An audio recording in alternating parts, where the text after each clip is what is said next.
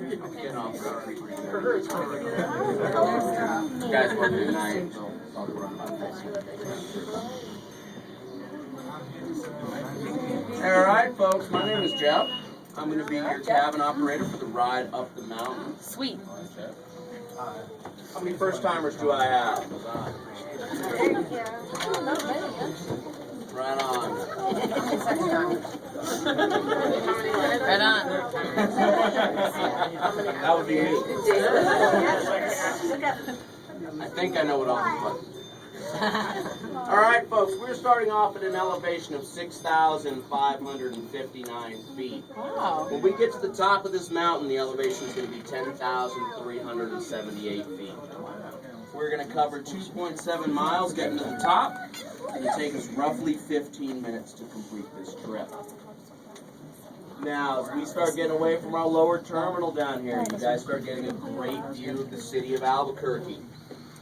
Now, when Robert Nordhaus first envisioned building a tram here in New Mexico, his main intention was to be able to connect the people of the city of Albuquerque with the skiing at the top of this mountain.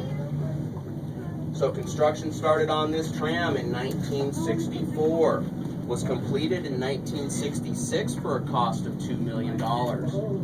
First tram car up the mountain was May 7th, 1966. Now, to give you guys an idea of inflation since then, 1997 they replaced all 4 of the track cables. All 4 of those track cables cost $1.8 million. Alright, folks, we start working our way up the western side of the Sandias. An access road is going to appear beneath the tram. This is the original access road leading up to tower number 1. So they got some men and equipment up there to build this first tower. Now, tower number 1 itself stands 232 feet tall, has an 18-degree pitch towards the city of Albuquerque, and we're going to experience a slight swing and sway as we go over this first tower. Now, when tower number 1 was originally constructed, at the time, it was the tallest man-made structure in the state of New Mexico. Alright, folks, slight swing and sway, tower number 1. Swing and sway. Oh my goodness.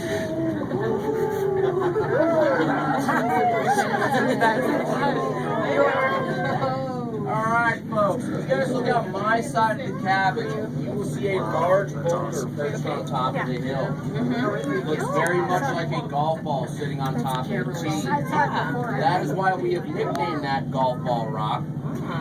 That boulder itself is twice the size of the cabin you guys are in right now. Wow. Now, if you look at the cabin opposite of myself on top of that hill, you will see a large boulder perched at a 45-degree angle. Now, that boulder is known as Cannon Rock. And Cannon Rock is roughly the same size as this entire tram car. Now, if you folks look to the front left of this cabin and let your eyes travel up this small ravine, you will eventually come to what looks like a chimney. Now, that is known as Totem Pole Pinnacle. Now, Totem Pole Pinnacle itself stands 7 stories from its base to the very top. And that is actually just one large rock that has been eroded and weathered away to look like a multitude of rocks stacked on top of each other. Go zoom in. Now, if you find the top of Totem Pole Pinnacle, let your eyes go all the way up to the top of the mountain. You will see the radio towers that sit on top of Sandia Crest. Now, Sandia Crest is roughly 2 miles from the upper terminal where this tram car is going to dock. And the elevation at Sandia Crest is 10,678 feet. Now, as we continue working our way up the western side of the Sandia Mountain, you guys see any animal tracks, especially in these small saddles that go over this portion of the mountain? The majority of those animal tracks are made by the mule deer that live on this mountain. The mule deer themselves, usually pretty active in the morning and into the early afternoon, but they have been seen going all the way up until sunset on this side of tower number 2. Now, this mountain itself also has bobcats, mountain lions, we have raccoons. Up at the top, we got a really cool squirrel named Albert, Back down at the bottom, we have various kinds of snakes, including rattlesnakes. We also have roadrunners down at the bottom. Roadrunner is the state bird of New Mexico. And now that it is warm, the black bears have come out. There have been numerous black bear sightings in the canyons on the other side of tower number 2 from ourselves.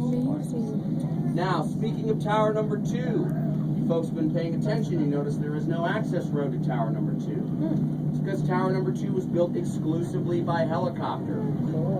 Of the nearly 5,000 helicopter trips it took to build this entire tram, 2,000 of those trips were dedicated to the building of tower number 2. Now, tower number 2 itself stands 80 feet tall, has a 40-foot base embedded in the mountain. And once again, we will experience a slight swing and sway going over this tower.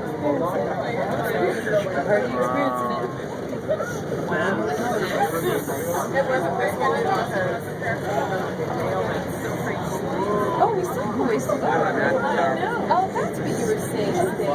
This way. Okay, hold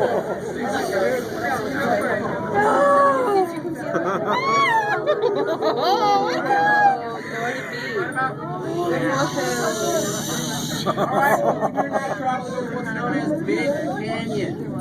Now, if you guys look to the front right of this tram car, you will see our sister tram cars heading down the mountain. As soon as we pass each other, we are halfway up the mountain. Smile, wave, and take pictures because they should be doing the same thing to you guys. on the wrong side. Now, you guys are going to feel the tram car slow down. That is to allow the tram car that just passed us to go over tower number 2. Whenever they slow down, we slow down. Whenever they speed up, we speed up. Now, as we slow down, this is going to put us at our highest point in the trip. Right now, we are roughly 962 feet above the Big Canyon floor. Now, to give you guys an idea of perspective on that, some of the trees directly beneath this tram car are anywhere between 95 and 115 feet tall. Is there a shadow right down there? See a shadow? Last canyon.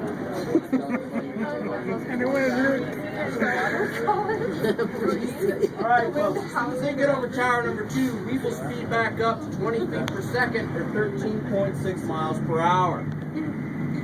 Now, if you guys look to the front and left of this tram car, you will see a nice flat granite face kind of staring right back at us. Now that it is warm, we will start having rock climbers who will hike their way up here.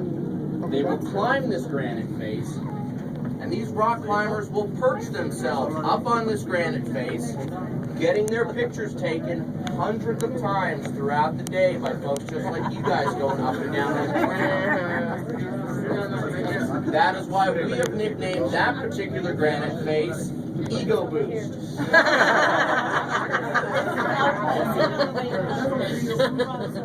Now, as we cross in front of Ego Boost, we will now enter Echo Canyon. Interesting feature of Echo Canyon. One of the few portions of the western side of the Sandias that actually has its own natural water source. There is a natural spring that runs down through the center of Echo Canyon, supplying water for the plants and the animals.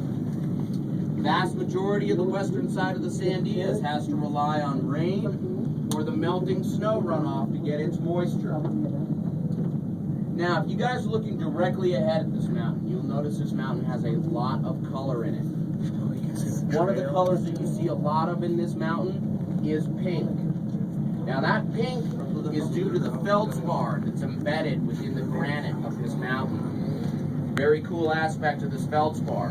When the sun is setting in the west, that sunlight hits this feldspar at a certain angle. This entire mountain glows a nice shade of pink. Now, we believe that's why when the Spanish first started exploring New Mexico, they named this the Sandia Mountain. And Sandia is Spanish for watermelon. As the sun is setting in the west, this whole mountain looks like a large cut piece of watermelon. Now, you guys do not have to be on the very next tram car coming off the mountain. Just hang on to the boarding passes we gave you down at the bottom. That will be your access to whichever tram car you'd like to come down on for the rest of the day. You should be coming off the mountain about every 15 minutes today. Now, get into this next canyon. Let your eyes drop directly to the canyon floor. Work your way all the way up, and then to the left, to the very highest point, you will find Kiwanis Cabin. Now, Kiwanis Cabin itself is a limestone structure that was built by the Civilian Conservation Corps in 1936. The original intention of Kiwanis Cabin was to be a shelter for the skiers and the hikers on the backside of the mountains. Now, Kiwanis Cabin itself is a 3-mile round-trip hike from our upper terminal. If you wanted to make that hike, allow yourself about 2 hours to do it. Now, if you were to hike over to Kiwanis Cabin, you can actually get on the roof of that structure.